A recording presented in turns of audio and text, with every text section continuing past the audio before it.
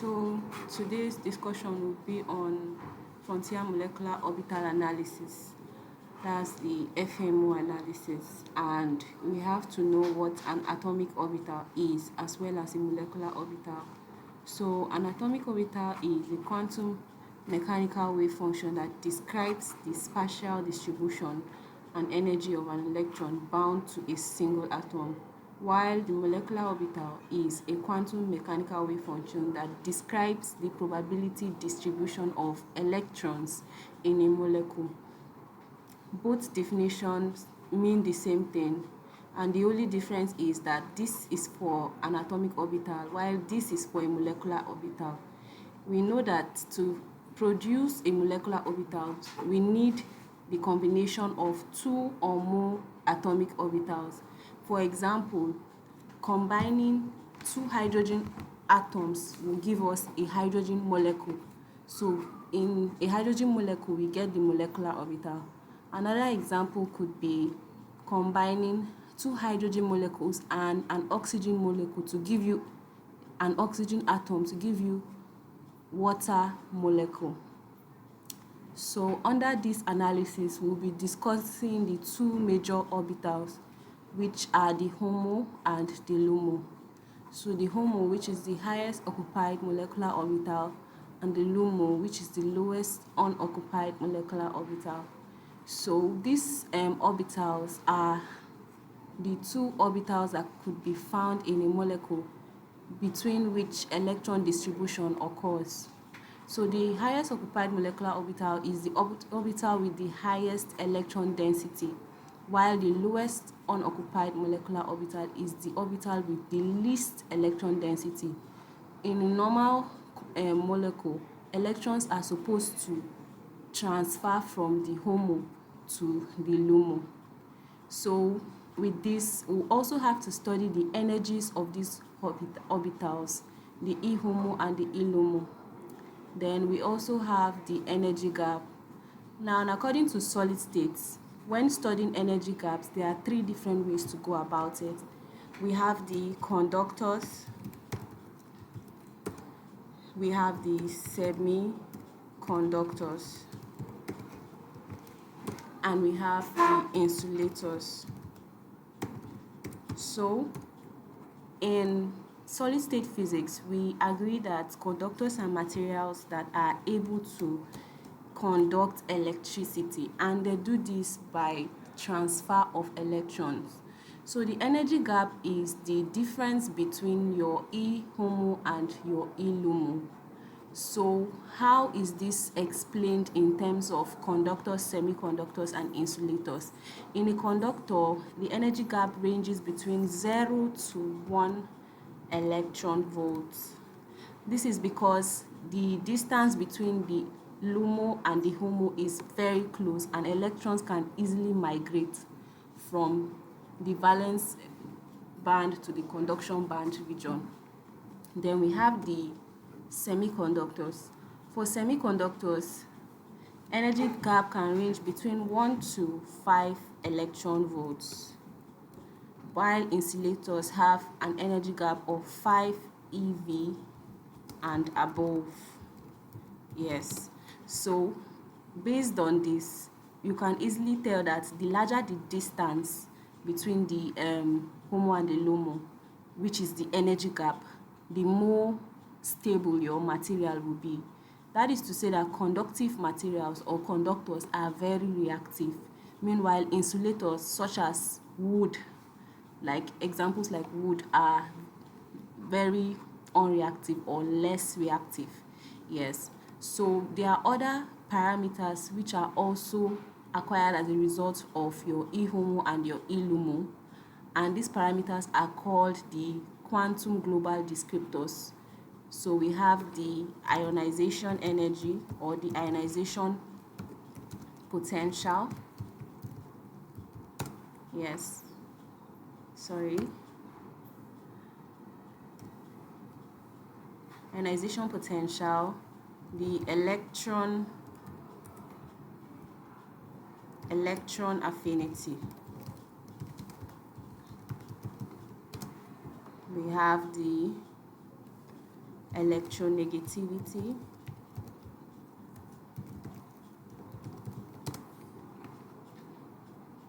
we have chemical hardness,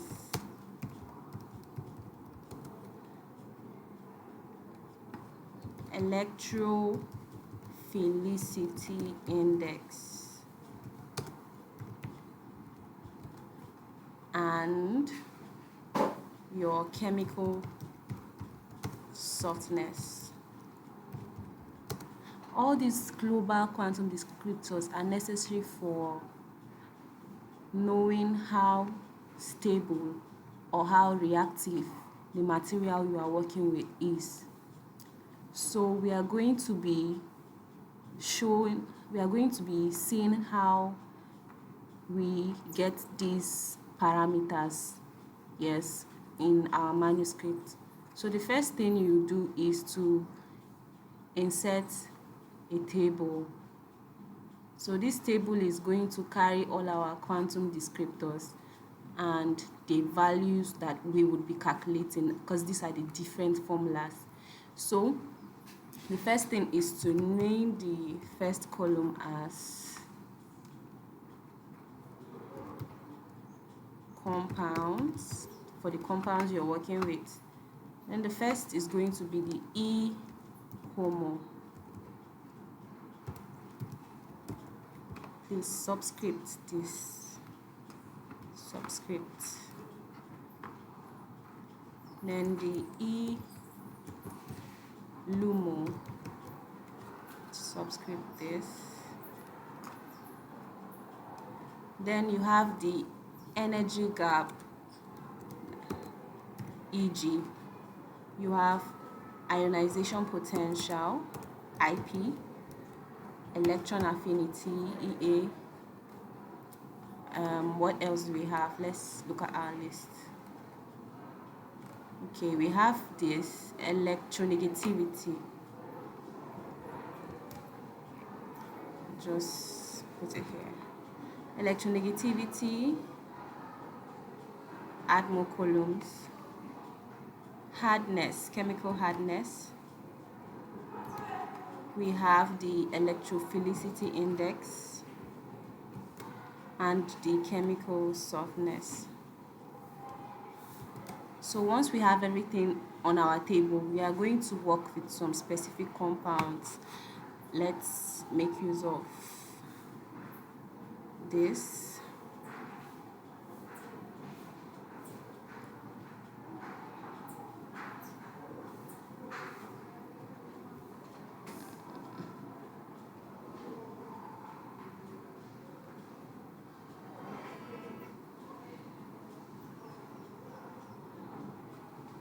Okay, we're going to make use of these compounds. So to calculate the HOMO and the LUMO, you need to have your log files. So these are my output files or my log files.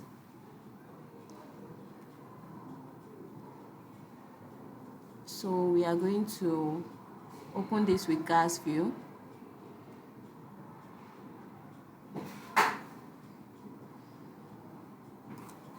Then we are going to go to this option here, the Molecular Orbital Editor, or another way is to right click on your image, go to Tools and Molecular Orbital Editor, both ways. So now we are here in the Molecular Orbital Editor and we can see our HOMO and our LUMO. So the HOMO is the highest occupied orbital, while the LUMO is the lowest unoccupied orbital. So you can see that your LUMO is empty and your HOMO is occupied. So now by the side we could see some energies in negative, minus 0.22628 and minus 0.06285. We are going to take note of these two energies. So to do this, we'd open an Excel document. So open an Excel.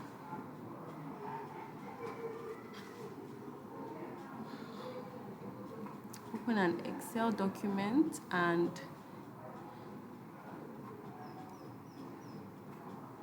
we're going to split our screen. Split our screen. So now we have the energies on the side and our blank document. So we're going to name this region HOMO,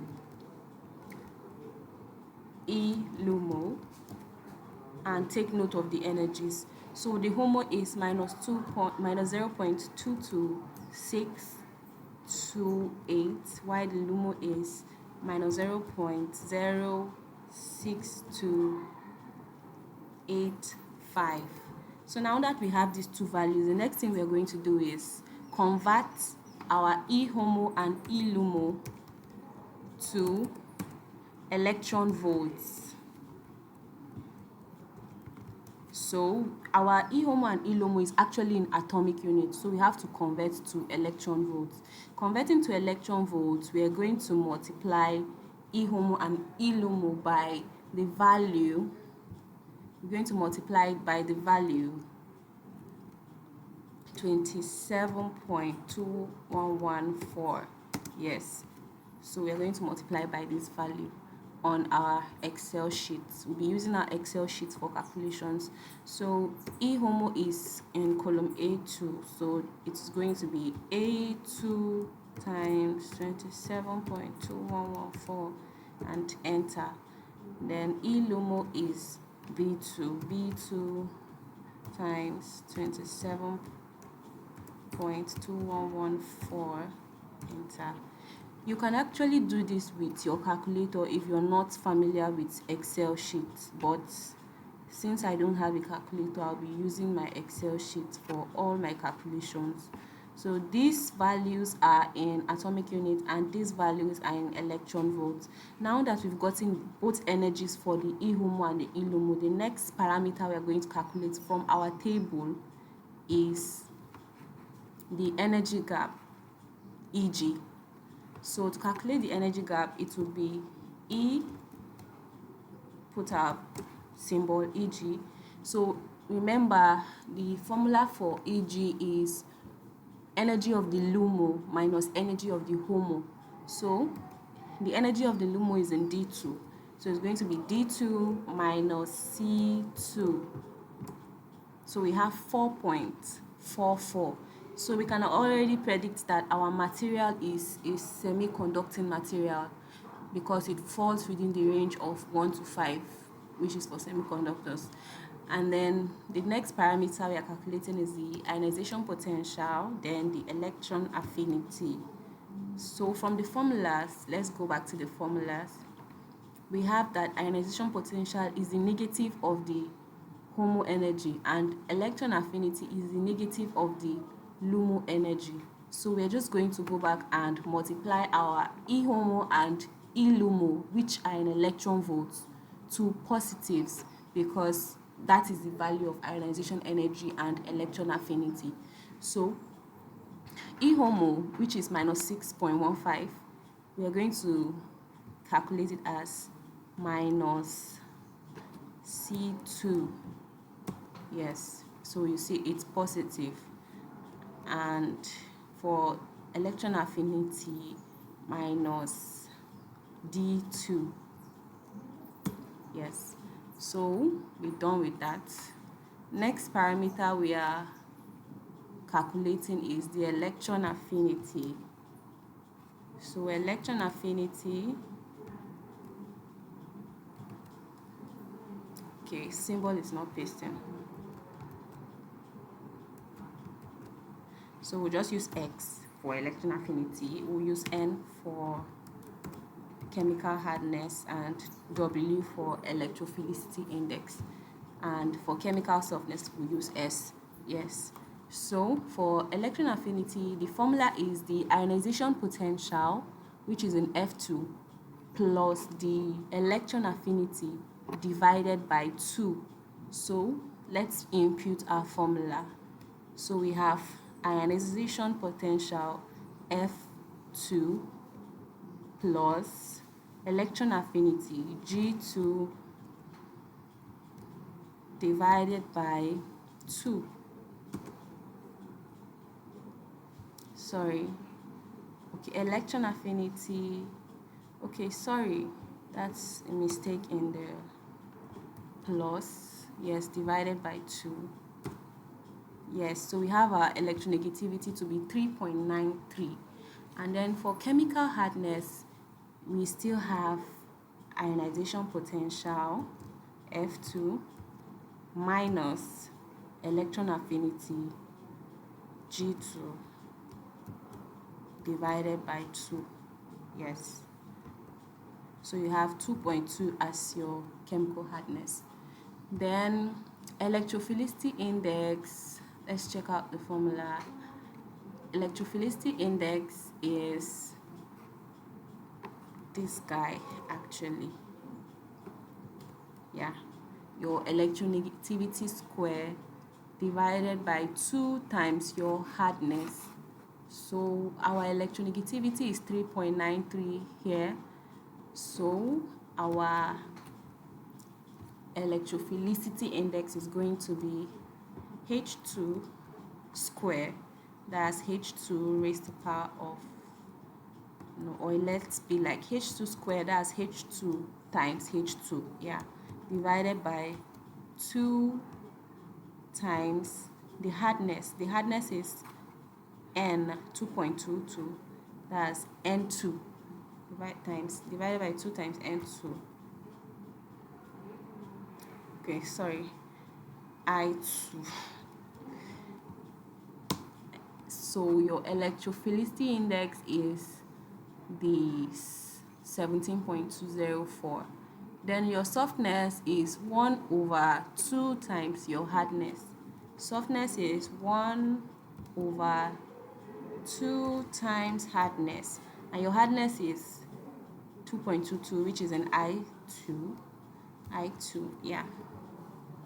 Enter. So now you have all the quantum parameters and your HOMO LUMO energies. What you just do now is to copy and you paste. Yeah. Then you adjust your values to 3 decimal place, and don't forget to indicate that your parameters are measured in electron volts, all measured in electron volts. Yes.